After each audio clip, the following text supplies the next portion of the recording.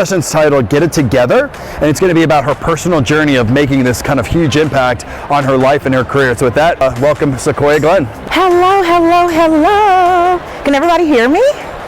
Awesome. It's so weird every time I come to IIEX because I'm like, I can't hear me, but can y'all hear me? And if you have been here the past 3 years, this is my three-peat, but this time I come in as a future honoree. So I'm tooting my own horn and so proud of the work that I've done with my agency. So we're going to get right on in it. We're going to talk about me a little bit, and then we're going to talk about entrepreneurship. Things that you should ask yourself before you get on this side of things. Everybody right now is like, oh, build your business. And I'm like, okay, are you sure that you're able to do that? So I'm going to talk about my journey. We're going to talk about failure and then ways that you can have continued education in this space. This is my journey of entrepreneurship, but my goal today is to also empower you all to understand how to support folks like me. So I've been in this industry. It's been marketing as far as my career has been 12 years, but insights I'm sitting at 5 to 7 depending on who's asking. So still a newbie in the game, still lots to learn, but I came from the media side of things. So while I've been around the block as a marketer for so long, or it feels like so long, I'm still new to this space. I'm a serial entrepreneur. I have no idea how I do it. My agency is 9 to 4 Cooperative. We're based in Atlanta, Georgia, and then I have a few other passion projects like my greeting card line dedicated to my career, which is called HappyResignationDay.com, as well as 2 passion projects of mine, the Black Marketers Coalition, as well as Here Today, Booth 44, Culture MRX. I'm Augusta raised. I mean, we're coming off the Masters, so I'm sure some of y'all know about the Masters. I personally can't afford it, so I only drive past it. But then I'm Atlanta made, and that's where I grew my baby and all things Sequoia to this day. So since y'all last seen me, a lot has changed in a year. So I just want to shout out who got me here. Katrina Noel, who has the podcast, the Trip Podcast. I started on a little bitty stage. Then last year I got on a bigger stage, and now I'm on the blue stage. So I think I'm did all right. But I wanted to shout out Katrina because she is actually the founder and principal of No Research, who collaborated with University of Georgia's MRII Institute. And I was named the female founder of the year last year with another woman named Dawn, whose birthday is today, so happy birthday, Dawn. Additionally, I was on the Green Book podcast, so you'll probably hear my voice a little bit. If it sounds very country, I curse a lot, it's me, damn it, all right? So I've been on the Green Book podcast. I'm here on this stage and always a part of what the Green Book family has to offer. In that picture that's kind of blurred out, originally I couldn't say it, but I can say it now. My team that I'm researching with doing some innovation work with a very large faucet and kitchen and bath company.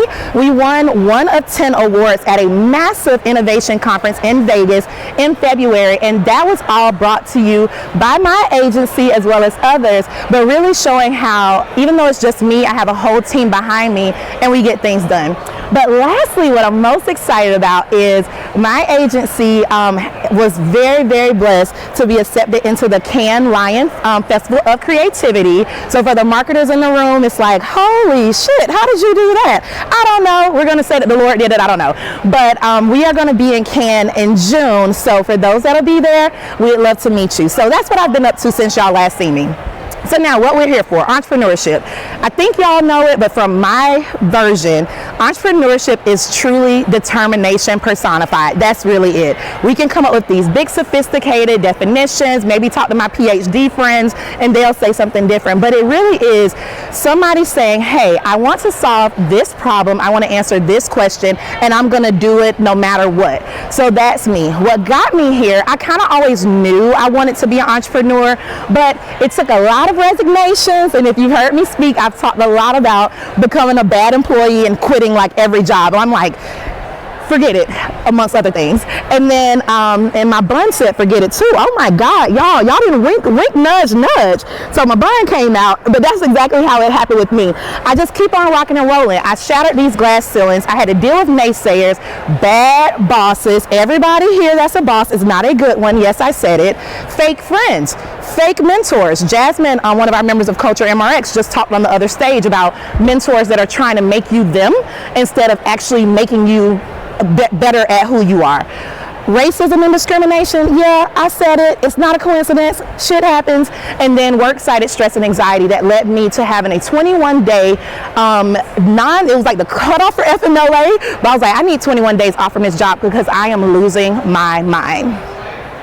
So for those that are like, yes, sis, I've dealt with that. Yes, sis, I want to become an entrepreneur. I want to caution you, it is not easy. It is not easy. If you think working for somebody else is hard, working for yourself, you're not just working for you, you're working for your customers. And in my case, I have my own agency. That means I'm working for my customers' customers too. So the first question I want you to ask, are you lazy? Simple put, I'm not going to sugarcoat it, right? A lot of times we're like, oh, you know, all you have to do is dream. No, you got to get off your ass and you got to work. If you are lazy, stay on your W-2 because you are going to fail and you're going to fail in a way that you don't want to. So I'm telling you that now. Are you an expert in your craft or at least willing to learn? For me, I am in the science of marketing. If it's MarTech, data analytics, market research, that's my bread and butter. This is marketing last year, especially. All these marketers are like, oh my God, I don't know what to do with this data. That means somebody like me, I have to study my craft and know how to answer that. If you're not willing to continue to educate yourself, then it's not going to work. So if you're somebody that works for somebody and you don't want to take the free classes, what do you think you're going to do when the classes are paid for by you and nobody's telling you to do so? It's not going to work. Do you have money? Are you willing to be poor a little bit? A lot of us make six figures when we work for these research firms. Yeah, last year I brought in $27,000. That's less than what I made coming out of college, right? So are you willing to struggle a little bit while you're actually building your business up? Have you accepted working more than 40 hours a week? My average is 14. Not saying that that's somebody else's average, but you are going to work at least twice as hard as you do for somebody else. And lastly, are you clear on what problem your business solves? Mine, simply put, my business, 924 Cooperative, we simply make data make sense to brands and marketing agencies. That is it. It is something that will last the test of time. As long as they're data, we have a problem to solve, and we're very clear about it. So after I asked these 5 questions of myself, some by grace and some by the haze, I quit. This is my greeting card line. Our infamous card is fuck that job. I said peace out, took my severances, and then I quit and I actually create this brand that is just something I'm super passionate about. So we can talk about that later. So in this journey, it's been 3 years, y'all. If you remember, I've been talking with you all at IIEX for the past 3 years. We've talked about on the Green Book podcast, how many times have I failed? I've pissed clients off. I've pissed vendors off. I've not known something I thought I knew. I have not done some things the best, or maybe I did and people just didn't like me. I have a phrase, I'm not everybody's cup of sweet tea. I'm okay with that, right? But failure let me know why I'm not everybody's cup of sweet tea. And it's up to me to understand, are there things I need to change within myself and my business to attract better people or better clients? Or do I just say, you know what, that's just not the audience for me? So for me, my 3 biggest failures in the past 3 years, I thought I knew my clients. I said, I want to work with small businesses. I want to work with black businesses. Yeah, until your mortgage is 3 months behind because you're focused so much on this niche versus the need that you solve. I thought I had more money. Transparently, I invested $80,000 of my money into my business, and that $80,000 is jacked up just like that. So originally, I'm like, take this stock. Let's just max out all my credit cards. And then I go to apply for an SBA loan, and they're like, but baby, you don't have no money. Where is the rest of your money? So I thought I had more money, and encourage you always to take out a loan as a small business owner when you have money. I learned that from failing. I also took a couple part-time jobs to make ends meet. It is what it is, but I always use those jobs to also meet people that ultimately became my clients, and then I won the grant like I talked to y'all about earlier. And then I thought I didn't need corporate. And if you remember Sequoia, circa 2020, 2021, I talked a lot of shit, y'all. I talked a lot. I'm like, oh, I don't need corporate. Yeah, but you need your bills paid. You need clients. You need to learn. You need resources. Just because you're an entrepreneur, don't become an LLC snob. For those that follow Twitter and LLC Twitter, you know what I'm talking about. It's one ecosystem. Corporate need brands. We need small business, and then we need it back. So I learned through failure that I need corporate, not just these agencies, not just brands, but now I'm actually representing one of the largest plumbing and home, kitchen, and bath companies in the world because I need them, and they need me too. So don't expect you to remember this whole little quilt, but it is something that you can literally spin your paper around if you print it, or close your eyes and touch your screen. This is continued education. These are all things that I have done the past 3 years to make sure that I stay abreast of new trends, different types of people who I'm working for, who I'm working with, or who I want to. Everything from mentorship, like they talked about on the other future stage, books, professional organizations like my own, Culture MRX, asking questions. And if you see the bottom line, it was failure, failure, failure, failure, failure, failure, failure. So a lot of failure, a lot of connection, and really doing some introspective work. I also advise any entrepreneurs and those that are not entrepreneurs, become somebody's board of advisors. We need help. So these are my core 3. I have a network, but Joe Kaufman, he owns a marketing group called Setup in Atlanta. Bella Brown West, who runs, she's the president of Tracer, which is an amazing data aggregation system for agencies. And Jeff Hillmeyer, who is a serial investor, as well as founded an agency called Dragon Army, which he took my mentorship and turned it into a actual opportunity where they were our #1 client for about 4 years. And now we're gonna just take a little pause, and then we'll get back together when the time comes. So these are my board of advisors. Entrepreneurs, get you one. You need people to talk to. It's lonely. And if you're not an entrepreneur, find one and pour into them, because we really need the help. All right, so the last part I want to make sure you know is, if you didn't hear anything else about my money drama, my mental health, why I quit my job, and who's around me, I want you to take these 3 things away.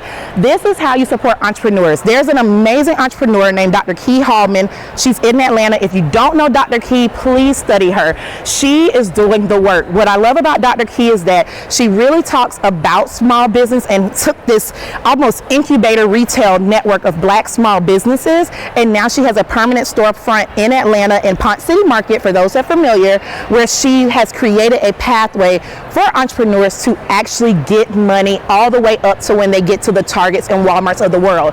Dr. Key also doesn't just talk about it. She actually talks to Kamala Harris and Joe Biden and whoever else you believe in politically about what small businesses need, and actually impacting policy at the governmental level.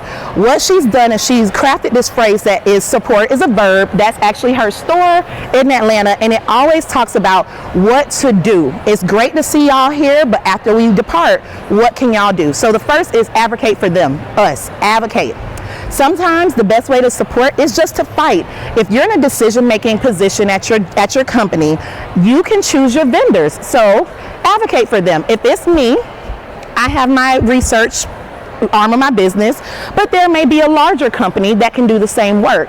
If you're saying, hey, I really want to support small business entrepreneur, then say why you should choose to work with me versus a big firm, or how can we share the budget together. We can do a lot of creative math if we just talk about it. The second is minimize distractions. This is very tricky, and I see a couple of entrepreneurs in the audience. Sometimes we be busy. Right now, this is the second stage I've stood on in 2 weeks in 2 states. I've been to Africa, I've been across the US to visit a cousin, I've been to a whole lot of things on top of my work. Right now, I'm very, very, very focused. I cannot take distractions. So maybe sometimes I can't do all the things that I used to, right? It's kind of like people they get pregnant, right? And they can't go to the bar with you anymore, right? It's the same way with my business. My business is my baby. I am incubating this thing. Sometimes I don't have the time. Sometimes I don't have the money. Sometimes I don't have the emotional strength. And sometimes I just don't want to, because I am laser focused on my business. So when you talk to an entrepreneur, if you see them on LinkedIn or things going on in their world, ask them, hey, do you have capacity for this? And then also listen and understand, is this something that they need right now? Or do I need to just chill out for a second and let them clear their plate and let them get back full before I ask them to do something or to go somewhere when they're in their busy seasons, which I think is, for me, Q1 and Q4, I'm off the grid. Like, please don't talk to me. And then the third, what I think everybody here can do, if you can't do one, I'm looking at you crazy. If you can't do 2, I'm really giving you a strange eye. But if you can't do 3, just walk out right now. Just kidding. But the third is hire them or refer. Every single person in here has a mouth, I think 2 hands, at least one or something, right? And you have this network here at IIEX. It takes nothing to say, hey, I heard this crazy girl that curses a lot. I can barely tell what she's saying because she's so country, but she has something great to say and she's a marketer. Have you talked to her? It took 13 seconds to say that. It's free. So refer them. Or if you are in a position, some of you all are decision makers, some of you all are on your DEI boards where you're looking for diverse suppliers. Don't forget about that. Or you're just another entrepreneur like my friend. I'm not going to look at her because I don't want to make her nervous, but my friend said, hey Sequoia, I can't do this work, but somebody's looking for your talent. Can I refer you? She did, and I got a bag off of that. That took nothing off of her because that's what we do, especially as entrepreneurs to other entrepreneurs. So if you take nothing else, I want you to take those 3: advocacy, minimize the distractions, and hire or refer. So I have a few minutes, 4 minutes and 29 seconds to take some questions. I can't hear, so I think my dear friend will help me, but you can scan this QR code. It's more about me and my agency and ways that I can help you support entrepreneurs, or if you are considering entrepreneurship, we can have some really nice private conversations on ways to help you do so. Thanks, y'all. So first off, that was probably the most honest presentation I've seen Thank in a long you. time. So I try to be honest. you were open and honest. That's amazing. I've got one question here, but guys, if you want to ask a question, feel free to use the app. The first one here is, what is on your vision board? Like, what is the ideal Sequoia? Well, the ideal Sequoia would have a little Botox in the middle, if we're really talking about it. My hair wouldn't frizz up. I wouldn't do a presentation at 4. I'm like, my hair is just growing at the moment. But truly, the Sequoia I envision is one that can work on projects that I really care about. And the rest of it, I don't want to compete with my cooperatives. They are all senior level freelancers and business owners. I want to empower them. Y'all do the work. This next generation, y'all do the work. I'll come in as mama bear on an account, but I really want to see Sequoia be able to financially enrich the lives of underrepresented talent in this industry. And I really want my name on the side of a building. That is actually on my vision board at my university, Jacksonville University. I'm kind of full of myself, but I always said I really want my name to be on a building so that people know I was here and that I did a really good job being here. Nice. Next question. You may have answered this in a way, but do you see that small businesses or other entrepreneurs, what can we do for each other? Because I'm an entrepreneur, smaller business. What can we do for each other to kind of elevate it? Is it the same things that you're talking about to clients, or is there something else? Because sometimes I notice that other entrepreneurs maybe hide things because they're looking for that gig, because it is so hard to get gigs sometimes. That's a great question. One thing is say hello. Like, there are some people I'll see at a conference and I'm like, we literally just talked to each other and now you're being weird because maybe I beat you out on a client, right? It's honestly not that deep. Jasmine talked on the yellow stage about how we're not curing AIDS, we're not saving baby, we're not curing cancers and all of that. Not in this side of research, right? So it does nothing for me to say, hey, what's up? You know, just speak, share resources. If you know about a group, I always usually have a coupon code for some kind of conference, or hey, I learned about this grant. It takes nothing off of me to share resources and not hoard information, because at the end of the day, we are truly entrepreneurs, especially small businesses. We're one client invoice late before we got to go back to corporate, right? So if I try to be this like almost mean girl about sharing information, it's gonna bite me in the foot, versus sharing information truly, transparently, in a timely manner, and simply just saying, hey, Will, I see you. Jasmine, I see you. The next person, I see you, and I'm here to uplift you while I go. That's great. Okay, with that, we're all out of questions and out of time. It's so great seeing you. It's so good seeing you. Great job. Thanks, y'all. All right, take care. Don't forget your phone.